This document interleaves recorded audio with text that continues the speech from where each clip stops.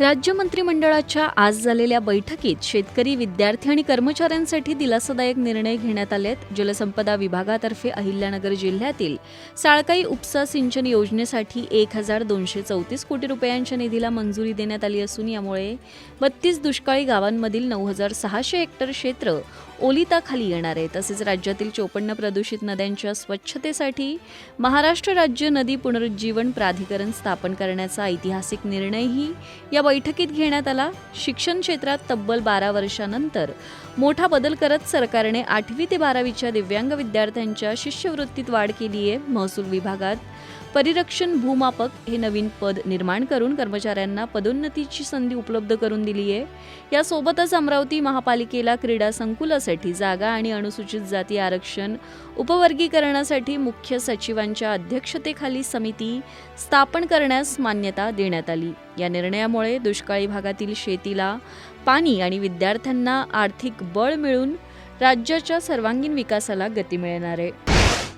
मुख्यमंत्री माझी लाडकी बहीण योजनेच्या लाभार्थी महिलांसाठी राज्य सरकारने मोठा दिलासा दिलाय. या योजनेसाठी आवश्यक असलेल्या ई-केवायसी प्रक्रियेला आता 30 एप्रिलपर्यंत मुदतवाढ देण्यात आली असल्याची घोषणा महिला आणि बालविकास मंत्री अदिती तटकरे यांनी केली आहे. यापूर्वी ही मुदत 31 मार्च रोजी संपणार होती, मात्र तांत्रिक अडचणींमुळे अनेक महिलांची प्रक्रिया अपूर्ण राहिली होती. ही बाब लक्षात घेऊन मुख्यमंत्री देवेंद्र फडणवीस आणि उपमुख्यमंत्री एकनाथ शिंदे यांच्या सूचनेनुसार मुदत वाढवण्याचा निर्णय घेण्यात आलाय. राज्यातील जास्तीत जास्त पात्र महिलांना दरमहा 1,500 रुपयांचा लाभ मिळावा आणि तांत्रिक त्रुटींमुळे कोणीही वंचित राहू नये असा सरकारचा उद्देश आहे. जुलै 2024 पासून सुरू झालेल्या या योजनेने महिलांच्या आर्थिक सक्षमीकरणाला मोठी चालना दिली आहे. ज्या महिलांच्या अर्जात अद्याप त्रुटी आहेत किंवा ई-केवायसी पूर्ण झाली नाहीये त्यांच्यासाठी ही शेवटची संधी असल्याचंही प्रशासनाकडून स्पष्ट करण्यात आलंय. वाढीव मुदतीमुळे आता लाभार्थी महिलांना आपली कागदपत्रे दुरुस्त करण्यासाठी पुरेसा वेळ मिळणार आहे.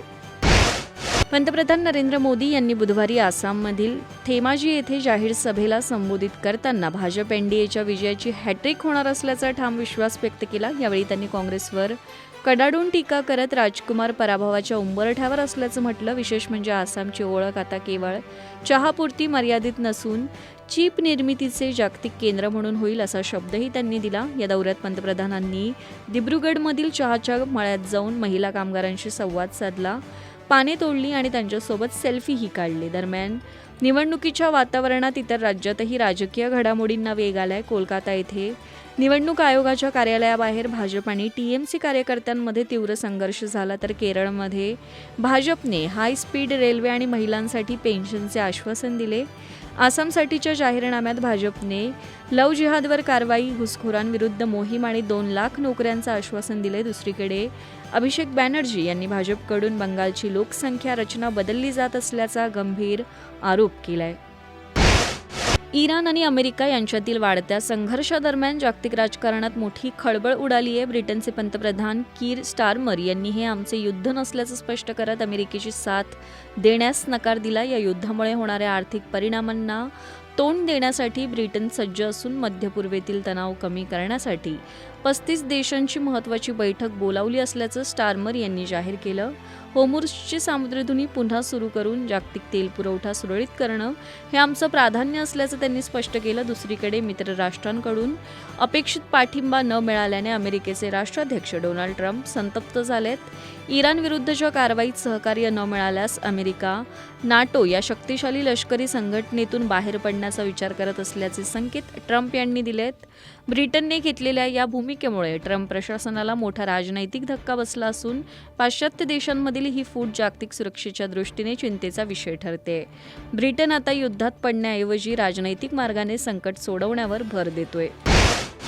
भारतीय शेअर बाजाराने नवीन आर्थिक वर्षाची सुरुवात ऐतिहासिक तेजीने केली असून 1 एप्रिल रोजी सेन्सेक्स आणि निफ्टीमध्ये मोठी उसळी पाहायला मिळाली. अमेरिका आणि इराणमधील तणाव निवळण्याच्या संकेतांमुळे गुंतवणूकदारांमध्ये उत्साहाचं वातावरण निर्माण झालंय, ज्यामुळे बाजार बंद होताना सेन्सेक्स 1,186 अंकांच्या वाढीसह 73,134 वर, तर निफ्टी 348 अंकांच्या वाढीसह 22,679 वर स्थिरावला. या जबरदस्त रॅलीमुळे BSEमध्ये सूचीबद्ध कंपन्यांचे बाजार भांडवल 422 लाख कोटींवर पोहोचले असून गुंतवणूकदारांच्या संपत्तीत तब्बल 9.82 लाख कोटी रुपयांची भर पडली आहे. विशेषतः ट्रेंट, इंडिगो आणि स्टेट बँक ऑफ इंडियाच्या शेअर्समध्ये मोठी तेजी दिसून आली.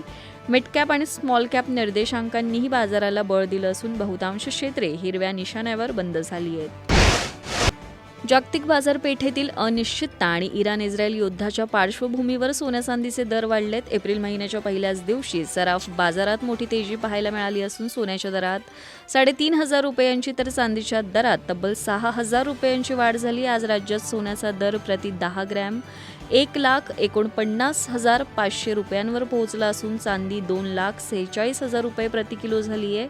मुंबई, दिल्ली आणि पुण्यासह देशातील प्रमुख शहरांमध्येही 24 कॅरेट सोन्याचा भाव 1.5 लाखांच्या पार गेलाय. दरम्यान अमेरिकेचे राष्ट्राध्यक्ष डोनाल्ड ट्रम्प यांनी मध्य पूर्वेतील तणाव लवकरच कमी होऊन सैन्य माघारीचे संकेत दिले असले तरी सध्याच्या युद्धजन्य परिस्थितीमुळे गुंतवणूकदारांनी सोन्याला पसंती दिली आहे.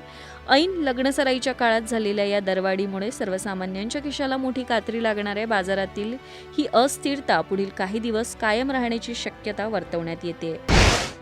1 एप्रिलपासून बँकिंग आणि कर्जाच्या नियमात झालेले बदल सर्वसामान्य लोकांसाठी खूप फायदेशीर ठरणार आहेत. आता तुमचा क्रेडिट किंवा सिबिल स्कोर अपडेट होण्यासाठी महिनाभर वाट पाहावी लागणार नाहीये, कारण तो आता दर 7 दिवसांनी बदलणार आहे. यामुळे तुम्ही कर्जाचे हप्ते वेळेवर भरले की त्याचा चांगला परिणाम तुमच्या स्कोअरवर लगेच दिसून येईल आणि तुम्हाला स्वस्त दरात कर्ज मिळण्यास मदत होईल. सर्वात मोठा दिलासा म्हणजे जर तुम्हाला तुमचे घर, गाडी किंवा वैयक्तिक कर्ज मुदतीआधीच पूर्णपणे फेडायचं असेल तर बँक आता तुमच्याकडून कोणताही जादा दंड किंवा प्रीपेमेंट चार्जेस घेणार नाहीये. यामुळे ग्राहकांना आपले कर्ज दंडाच्या भीतीशिवाय लवकर संपवता येईल. यासोबतच आता बँक खात्यात आणि लॉकरसाठी एकाऐवजी 4 वारसदारांची नावं लावण्याची सोय मिळाली आहे, ज्यामुळे भविष्यात कुटुंबातील सदस्यांना व्यवहार करणं सोपं जाईल. एकूणच हे नवीन नियम कर्ज घेण्याची प्रक्रिया अधिक सोपी, स्वस्त आणि पारदर्शक करणारी आहेत. लावा कंपनीने आपला नवा स्मार्टफोन लावा बोल्ड N2 लाईट भारतात लॉन्च केलाय. हा स्मार्टफोन प्रामुख्याने कमी बजेटमध्ये चांगले फीचर्स शोधणाऱ्या लोकांसाठी बनवण्यात आलाय. या फोनची किंमत 7,399 रुपये असून ग्राहकांना कुपनद्वारे यावर अधिक सूटही मिळू शकते. हा फोन 10 एप्रिलपासून ॲमेझॉनवर विक्रीसाठी उपलब्ध होणार आहे. या फोनमध्ये 6.75 इंचाचा मोठा डिस्प्ले देण्यात आला आहे, ज्यामुळे व्हिडिओ पाहण्याचा अनुभव चांगला मिळेल. यामध्ये 5,000 mAhची मोठी बॅटरी आहे, जी दिवसभर आरामात टिकते. फोटो काढण्यासाठी मागे 13 मेगापिक्सेलचा कॅमेरा आणि सेल्फीसाठी 5 मेगापिक्सेलचा कॅमेरा आहे. फोनमध्ये 3GB रॅम असून मेमरी कार्ड वापरून तुम्ही फोनची स्टोरेज क्षमता 512 GB पर्यंत वाढवू शकता. हा फोन दिसायलाही अतिशय स्टायलिश असून तो 2 रंगात उपलब्ध आहे. मराठा साम्राज्याचा तेजस्वी इतिहास आणि छत्रपती शिवाजी महाराज यांची शौर्यगाथा पुन्हा एकदा मोठ्या पडद्यावर अवतरणार आहे. रितेश देशमुख यांचे दिग्दर्शन आणि मुख्य भूमिका असलेल्या राजा शिवाजी या भव्य ऐतिहासिक चित्रपटाचा जबरदस्त टीझर नुकताच प्रदर्शित झाला.